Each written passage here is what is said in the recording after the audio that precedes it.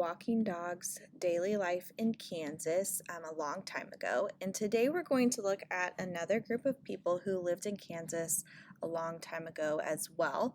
And those were the pioneers or the settlers who came out on their covered wagons looking for land that they could have.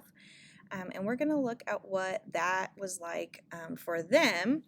And then you're going to read a passage much like you did with Walking Dog to find out a little bit more. So this is a little girl named Sarah, and Sarah lived a long time ago, more than 100 years ago. Her family lived in a house made of logs. She lived with her mother and father and sisters and brothers, and her grandparents lived far away from her family. There were only a few other families living close to them. Sarah and her family were pioneers who moved to a new place so they could have a big farm. They settled in Kansas, which is why they're called settlers. Settlers who came to farm in Kansas often did not live close to cities. If they needed supplies, they had to travel a day or two in order to get to the closest town. Pioneers and settlers had gardens near their houses.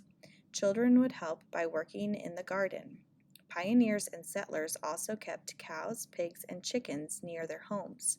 This gave them enough food to eat. There are no pioneers living in Kansas today. If Sarah and her family lived in Kansas today, they would live in houses just like you and me. They would drive cars just like us, and they would go to school just like us as well. So I'm going to have you, now that you have some background information, I'm going to have you read the passage about Sarah. And as you're reading, I want you to be thinking about how her life was similar to Walking Dog and how her life is similar to yours.